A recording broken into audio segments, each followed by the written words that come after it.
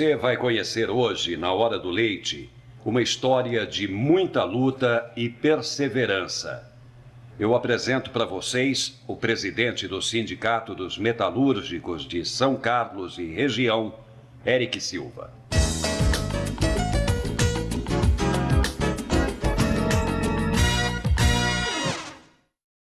Eric, você nasceu no berço do sindicalismo brasileiro, em Santo André, é isso? É verdade, Leite. Eu nasci em Santo André, em 77, e, na verdade, filho de uma família de gente aqui do interior, né?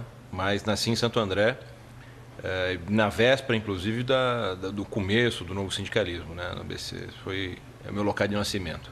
Teu pai era metalúrgico, era ligado à metalurgia? Meu pai é metalúrgico aposentado, trabalhador em montadora, foi 32 anos trabalhando em montadora. Lá em Santo André? Em São Bernardo, né? Dentro do ABC, você tem as indústrias concentradas, a metalurgia do setor automotivo concentrada em São Bernardo. Em São Caetano também. E teu pai era ligado ao sindicalismo? Meu pai era sócio do sindicato, mas não era um trabalhador muito consciente. Ele podia dizer que ele era meio pelegão. O que é um trabalhador muito consciente? Ele participava de poucas assembleias, não ia em tudo quanto é assembleia. Quando tinha greve, ele preferia não ir na parte da fábrica, ficava em casa. Pelego? Pelego. Isso é meio pelegão. Ele não era muito... Ele não se ofende. Excelente trabalhador. Não, eu já falei para ele. Um trabalhador... Essas são as limitações que a gente tem que entender no mundo do trabalho, né? Um trabalhador vindo do interior, tem a formação aqui, o interior tem uma outra forma de lidar. Família para sustentar? Tinha eu e meu irmão, nós éramos pequenos, né? Nasci sempre pequeno. Se as greves começaram em 79 e 80, eu nasci em 77, meu irmão em 78, tinha os dois filhos com 1, 2 anos. Então tinha isso. Mas de toda forma ele devia ter eu acho, né? E não estava no coro dele para dizer, mas ele devia ter um pensamento mais coletivo e tal. Mas também tem as limitações e temos que entender a origem, isso tudo. Você acha que ele deveria ter tido à época um pensamento mais coletivo, não pensar apenas em família, essas coisas? Naquela época, imagina o que era a Constituição do trabalhador de São Bernardo. Tinha um número enorme de pessoal oriundo do Nordeste, certo? Paranaense. E o pessoal e o povo do interior do estado. Foi na década de 70 e 80, acho que talvez tenha sido o momento de maior migração para São Paulo. E normalmente o povo nordestino tinha mais disposição para lutar. É isso que a gente ouve até hoje, até a referência ao presidente Lula, que é um pernambucano, né? E era mais fácil o sindicalismo naquela época, Eric, do que hoje? Olha, porque foi o começo. Começar o novo sindicalismo em 79, até de antes, né? Não foi nada fácil, porque você tinha polícia, né? Era caso de polícia, era burdoada. Era bem repressivo. Era repressão o tempo todo. Você tinha lei que proibia a greve. A greve era um negócio proibido, então chegou a ter exército e tal. Teve até a oportunidade que ele foi em uma assembleia, que o sindicato naquele momento pediu para ir com as famílias, porque você tinha um medo de repressão e tinha um discurso, dizer que essa coisa de baderneiro, de agitador, essa coisa toda. Então os trabalhadores foram com a família. Naquele momento era o Paço Municipal de São Bernardo. E eu me lembro, deve ter sido em 81, eu tinha uns 4 anos, de ir com ele à Assembleia e ainda ver o helicóptero do Exército sobrevoando o Paço Municipal naquele momento. Assembleia com 20 mil trabalhadores. Você acompanhava o seu pai, as assembleias e tal, não? Então, essa é uma referência que ele lembra de ter ido na Assembleia do Sindicato. Ele deve ter ido em outras, mas eu não lembro de ter acompanhado em outras. Então, como é que você entrou no sindicalismo se o teu pai, entre aspas aí, sem ofensa, ele era um pelego? Então, de toda forma a gente via a atuação do sindicato. Por exemplo, teve uma greve de 40 dias. Eu vivi uma greve de 40 dias com ele trabalhando na Volkswagen. Esses 40 dias eu via que meu pai estava em casa, ele chegou a viajar, vinha aqui para a casa da família aqui em Catanduva. Então a gente viveu isso e eu tinha 4, 5 anos, já pelo menos enxergava tal. E fui crescendo com essa lógica. Na década de 80 toda teve um monte de greves. Então eu vi a atuação do sindicato e comecei a acompanhar mais de perto. Quando entrei na Volkswagen em 96, eu imaginava, Volkswagen... Lá em São Bernardo. Entrei aqui. Aqui em São Carlos. Quando entrei na Volkswagen em 96 aqui em São Carlos, imaginei, é a mesma coisa. Aí eu chego aqui e vejo uma postura totalmente diferente, né? O sindicato ia lá, falava quase em nome da fábrica, quase em nome da empresa. Colocava proposta e não colocava a possibilidade de você fazer a greve, fazer o protesto, de rejeitar a proposta, de lutar por mais, não tinha isso. Era aquilo ou aquilo. E aí nós começamos a questionar o sindicato. Quando nós fomos questionar o sindicato, sempre quem começou a questionar o sindicato aqui foi o hoje vereador Ronaldo Lopes, que era meu colega de trabalho na fábrica. Peraí, a tua entrada no sindicalismo, então, é uma coisa recente, Eric? Não, aqui em São Carlos? As pessoas constroem aí alguns mitos em relação a isso. Foi formado pela CUT. Como que se eu entrei na Volkswagen com 19 anos? Só se no jardim de infância eu já falava do sindicato. Então, nós chegamos aqui, começamos a ver a situação diferente. E aí o Ronaldo, isso despertou mais com o Ronaldo, o Ronaldo já tinha sido metalúrgico do ABC. O Ronaldo é mais velho que eu, 4 anos. E a gente ia questionar o sindicato. Os diretores botavam a gente para correr de lá. Botavam a gente para correr, literalmente. Falavam assim, some daqui com cansamos de conversa. Voltava para a fábrica, o gerente de RH já sabia que a gente tinha ido no sindicato. Isso foi gerando uma sensação, ele falou, peraí, tem que fazer alguma coisa para mudar isso. Tinha que mudar aquilo. E aí a gente começou a discutir com o pessoal da ABC para construir uma comissão de fábrica aqui em São Carlos. O pessoal da ABC começou a sustentar. Quando eu falo do ABC, é do Sindicato dos Metalúrgicos do ABC. Começaram a dar estrutura, a vereadora Julieta Lui, naquele momento também. E nós fomos construindo um debate interno com outros companheiros, companheiras. E quando deu um fato absolutamente fora do que a gente estava planejando, que foi a liderança de um outro companheiro nosso, que é o Sidão, eles começaram uma greve na fábrica. Do nada. Falaram, estamos ganhando muito pouco, vamos parar esse negócio aqui. Aí combinaram depois do almoço voltar e parar a fábrica. Isso foi em 99. E pararam a fábrica. Eu trabalhava à tarde, quando eu entrei na fábrica, só falou, vem cá que vai ter reunião. Aí seguiu reunião, seguiu o começo da greve. Foram 4 dias de greve, que nós conquistamos a comissão de fábrica. E outros temas de ordem salarial, de abono, essa coisa. Mas a grande conquista ali foi a comissão de fábrica em 99. Aí, na sequência teve a primeira eleição, ainda em 99. E aí fomos eleitos, eu, Ronaldo Sidão, para a comissão de fábrica. Fizemos um mandato, fizemos 2 mandatos. E no meio do segundo mandato a gente entrou na direção do sindicato, fazendo oposição à diretoria que tinha lá. Então entramos com uma composição. E aí, na hora que eles viram que não iam conseguir controlar a gente dentro do sindicato, nos expulsaram.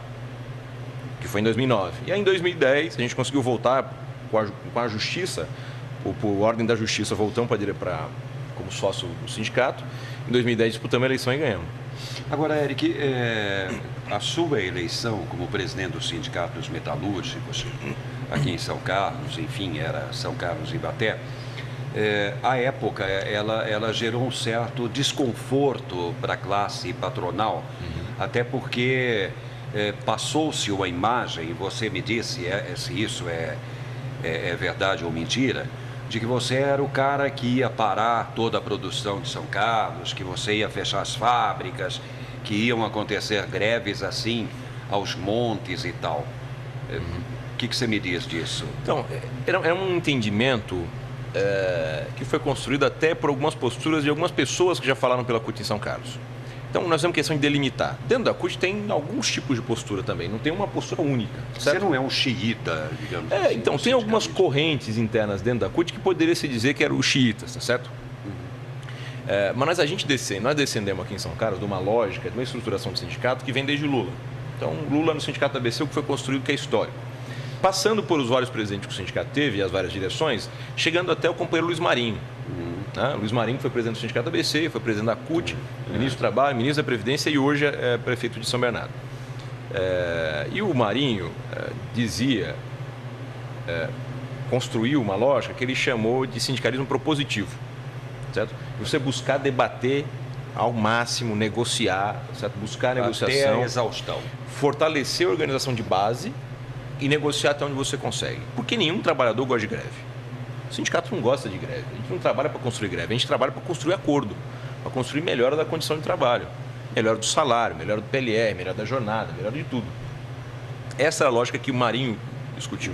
Era um outro momento em que os empresários já estavam conscientes da negociação e pretendendo a negociação, entendendo que essa é a melhor forma era dialogar.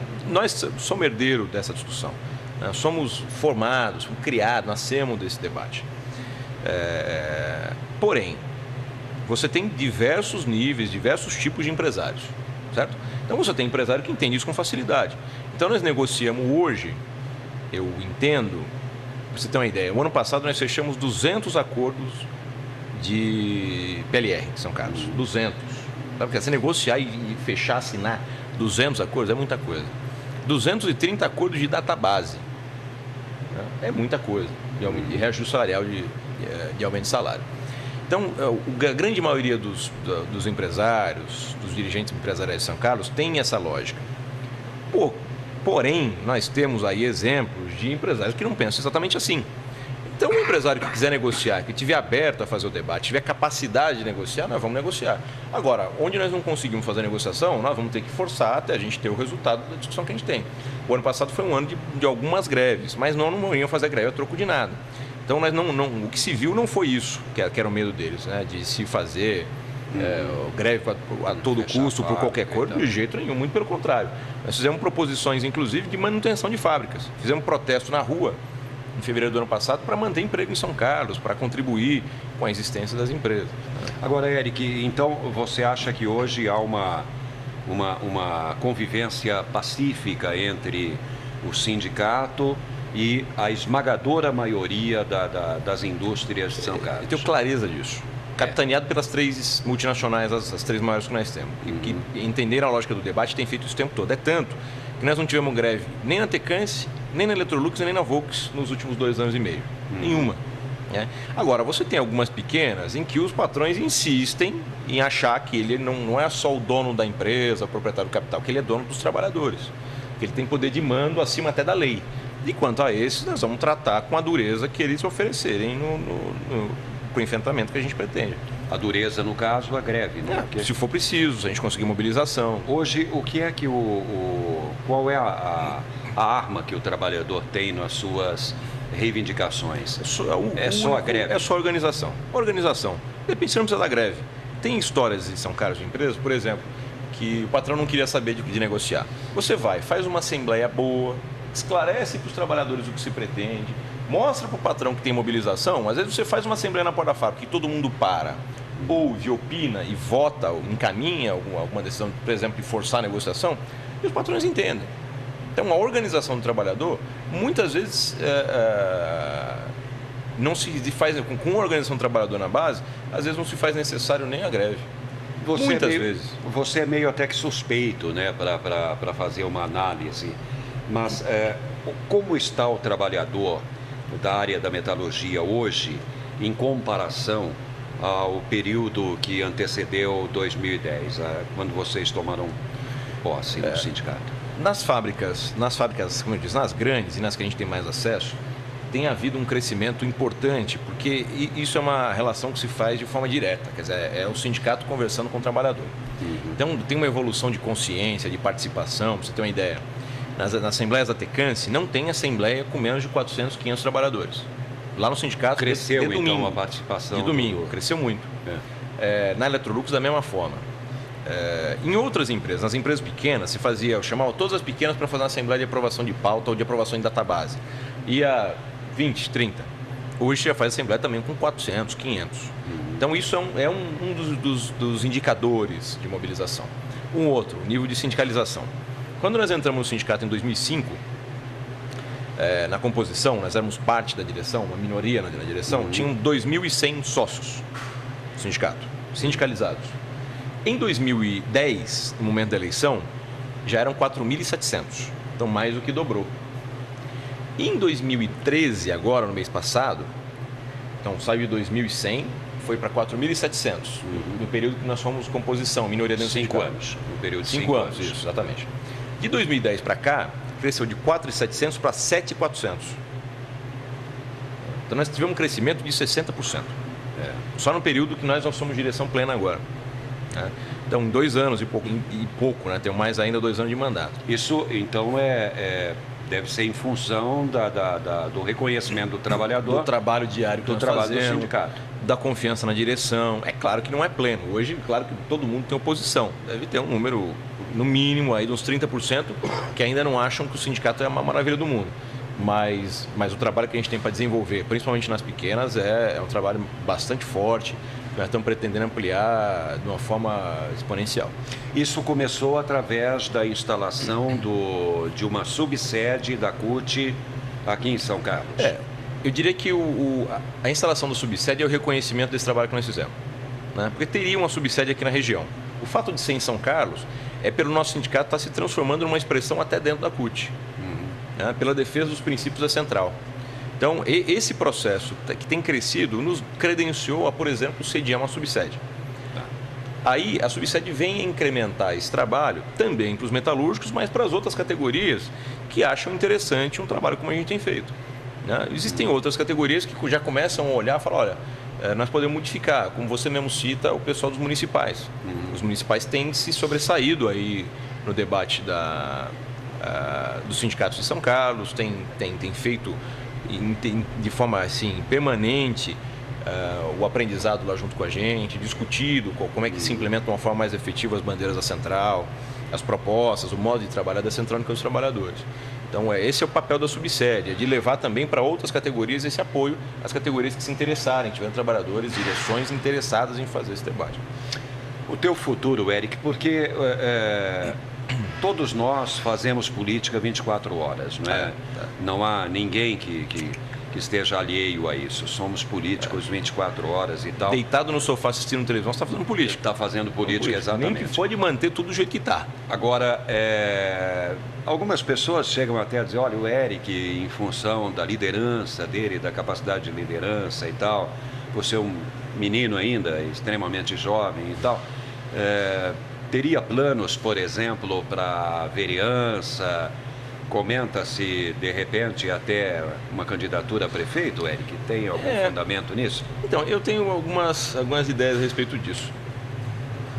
Nós estamos fazendo um sindicalismo diferente do que está acostumado, com uma outra lógica. Como eu disse, você trazer um modelo que é de um lugar que tem a cultura como o ABC, trazer diretamente para cá e tentar implantar, nós sabemos que vai ter uma série de resistência, como essa que você já falou, e vai, de uma forma ou de outra, vai projetar algumas lideranças, tá certo? Alguém que for a voz dessa vai acabar sendo projetado. Claro. Só que nós temos um projeto grande, né, de construção desse sindicato. O sindicato está em construção, ele não existe plenamente. Por exemplo, o congresso, que a gente tem falado dele pela cidade, que vai acontecer agora em agosto. Essa é uma etapa de construção, e muitas outras, né? Nós temos um projeto que dura pelo menos 2 mandatos do sindicato. Certo? Então, um acaba em 2000 pela Constituição que nós temos agora, por estatuto, pelo que nós temos agora de estrutura, dura até 2015. E nós temos um projeto para um outro mandato. Antes de terminar o meu compromisso com a categoria, antes de resolver a construção do sindicato, nenhum dos nossos diretores deve sair para lugar nenhum, para assumir outro desafio. Então, eu acho natural as pessoas falarem, porque, infelizmente, todo mundo acha que você vai estar fazendo alguma coisa objetivando ter algum resultado pessoal. Eu acho que ser vereador, ser prefeito, é um problema para a vida pessoal de alguém, não uma solução, né? Eu não tenho essa pretensão, tá certo? Mas, de uma forma ou de outra, eu sou guiado pelo que a categoria manda fazer. E o compromisso que eu tenho com a categoria, o que eles deram para a gente fazer é construir esse sindicato, reforçar a luta dos trabalhadores, a organização. Depois que se finalizar esse processo, podem ter outros desafios, por exemplo, ajuda na construção da central, porque tem cargos nas estruturas da central, seja dentro do ramo, seja na CUT São Paulo, na CUT Nacional, que eu até gostaria de desempenhar. Pessoalmente, na política local, eu acho que até dentro do meu partido, nós temos vários quadros que podem fazer esse papel. Muitos, né? Um partido estruturado e tudo mais. Temos o companheiro Ronaldo Lopes, que nós já oferecemos para ser vereador, tá aí no começo do segundo mandato, tem feito um bom papel, que já faz já tem o compromisso, já foi designado pela categoria para fazer esse trabalho. Então, eu acho natural até as pessoas falarem, por essa lógica de achar que está fazendo isso porque tem um outro plano. O plano é construir o sindicato. Porque talvez o próprio Lula, não é, que foi um exemplo grande disso. O sindicalista, tal, começou lá embaixo, enfim, subiu, chegou à presidência da República. Eu acho natural assim, você constrói, faz uma construção, né? Constrói, estabelece, termina a sua tarefa e depois vai pensar em outra coisa. Foi o caso do Lula. Né? Lula fez todo o movimento, democratizou o Brasil, ótimo, tem eleição direta, então eu sou candidato porque já fiz a minha parte, o sindicato está em boas mãos, está tocando, aí é outra coisa. Mas agora nós temos muito construindo o sindicato. Agora, a tua vida, o teu futuro, então, não preciso nem perguntar, né, Eric? Está ligado ao sindicalismo.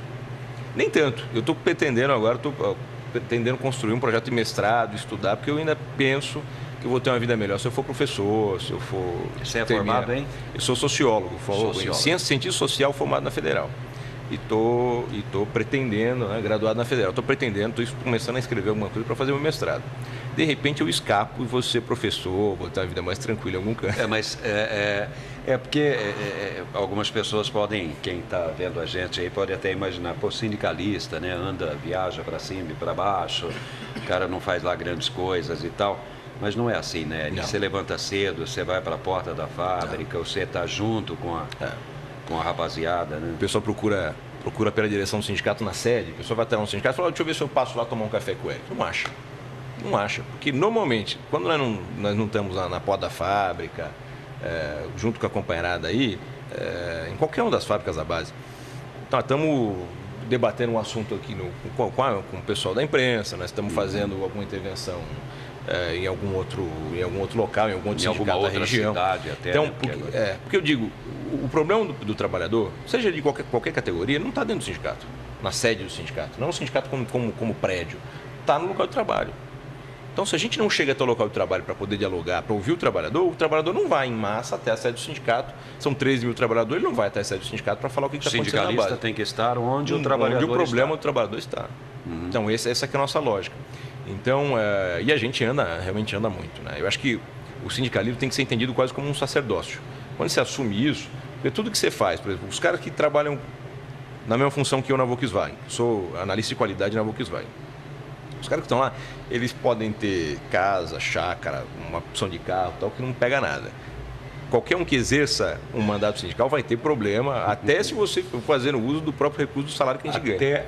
Vai ter problema mesmo que não tenha problema legal. Mesmo que não tenha legal. Mas se você investe alguma coisa num segmento desse, uma chácara, um carro do ano e tal... Não vai, né, o cara vai ser entendido de outra coisa. Então é aquela história. É um sacerdócio, trabalha-se demais, o salário quem paga é sempre o local de origem, tem que ser, no nosso entendimento, tem que ser quem paga o meu salário é a Volkswagen, todos os meus benefícios, sou um funcionário como outro qualquer, só não tenho a obrigação de ir lá todo dia. E tem que, além de ser sério, tem que parecer sério, certo? E a seriedade é acima de qualquer coisa. Tem que ser bem esposa de César mesmo. Pois é. Tá bom. Eric, muito obrigado pela sua visita aqui ao meu programa. Conte com a gente para quando vocês quiserem. Você sabe da admiração que eu tenho pelo trabalho que vocês desenvolvem diante dos sindicatos metalúrgicos. E nós por vocês. Obrigado, Leite. Um abraço.